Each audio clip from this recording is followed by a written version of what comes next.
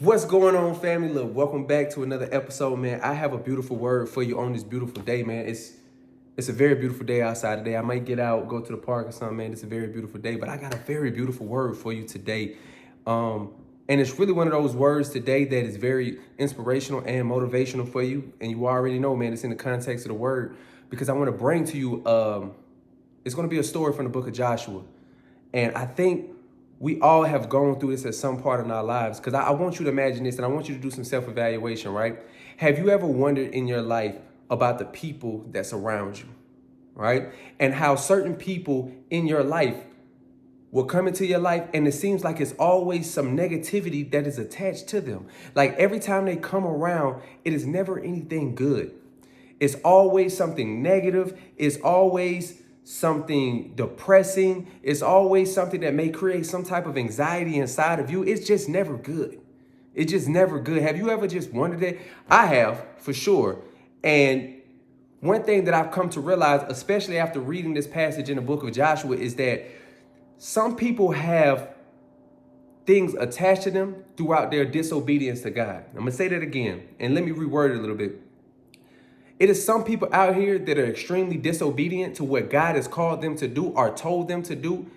And it is through that disobedience, now they have certain type of negativity and destruction that is attached to them, that is attached to their spirit because they chose to be disobedient. And when they come around you, as you know, certain things from one person may attach to you. And that is one thing that we don't want within our lives and something that God is not calling, is not calling us to have in our lives. And we have to do a true evaluation of the people that is in our life. That's why you have to be careful of who you bring into your life. Everybody that comes into your life is not meant to be your friend. Everybody that comes into your life is not meant to be a person that you have relation with, a person that you hang around with. They're not. Because some of these people have things that are attached to them that will end up detaching you from what God needs you to do in your life and will detach you from walking in your purpose and walking in that calling that he has set over you. And so what happened to Joshua and his army, right, was after they had attacked Jericho, they tore down the walls of Jericho, God told them, do not take anything that is set apart from destruction, right? He told Joshua that. And Joshua told his men, do not take anything that is set apart for destruction because you yourselves will be a part of that destruction as well. But Joshua had one soldier named Achan that went against those orders and disobeyed what Joshua said. Most importantly, he disobeyed what God said. And he took things. And on top of hiding these things, right? On top of taking these things, he hid these things. He buried these things underneath his tent. He did all of this stuff, right? After knowing what God had told Joshua, and Joshua told his army not to do, and he did it anyway, right? And so what happened was when Joshua and his army went to go attack the next city, which was the city of Ai, man, it went bad for him. And I want to read to you what happened, right? Let me bring that to you.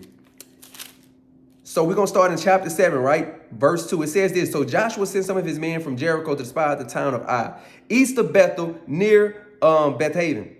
When they returned, they told Joshua, there is no need for all of us to go up there. It won't take more than 2,000 or 3,000 men to attack Ai, right? Since there are so few of them, don't make all of your people struggle to go up there. So they sent approximately 3,000 men. 3,000 warriors were sent. They were soundly defeated. The men of Ai chased the Israelites from the town gate as far as the quarries. They killed about 36 who were retreating down the slope. The Israelites were paralyzed with fear. They was extremely terrified at this point. And then I could just imagine what's going through their mind. Like, yo, we just defeated Jericho. How is it that now, we're losing to this town? And so they was paralyzed with fear and their courage melted away. And Joshua and the elders, they tore their clothing in dismay. Joshua went into prayer with God and God told him this. And God said this. No, he said, but God said this, said to Joshua, get up. Why are you lying on your face like this? Israel have sinned and broken my covenant. They stole some of the things that I commanded. God told them not to take these things, but they did it anyway. Set apart for me. And they have not only stolen them, but they have lied about it and hidden these things among their own belongings. So Achan, he hid these things amongst his own belongings. And what I want you to realize is this, that we right now have some people in our lives that have done things that God has told them not to do. And now they bring that type of energy within our lives, distracting us from the purpose that God has set for us and the things that he needs us to do within this life. And so what people don't realize is other people's disobedience not only affects them, but it affects everybody that they come around.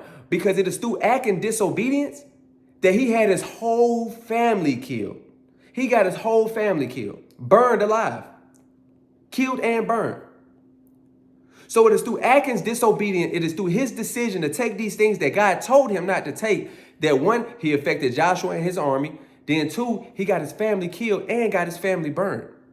So you have to be mindful of the circle that you keep around you, because a lot of people, they may seem cool, they may seem nice, they may seem trustworthy, but they are attached to things in their lives right now that will eventually cause some form of destruction, mentally, emotionally, spiritually, whatever, inside of your life. And that is not what you want to hold on to. That is not what you want to hold on to. So you have to do a serious evaluation of the people that you bring into your lives.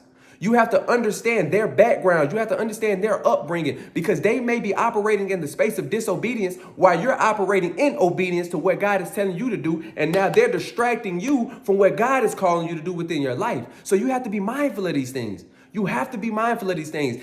When you're getting in relationships, you need to be able to know what this person has been through, how they conduct themselves on a day-to-day basis. Do they have a strong relationship with God? Do they trust what God is telling them within their lives? Do they walk in the purpose or the calling that God has set before them? You have to vet these people before you end up dating these people. You have to. Because some people will bring all type of negative energy, all type of negative spirits within your life, and now you're wondering why you're being tormented every single day. You're wondering why every time this person come around, man, it's all type of trouble. And then when they leave, the trouble is still there, because now it has attached itself to you. It has attached itself to you. Look, in my life personally, I'm not even gonna lie to you, I have a small handful of people that I hang with.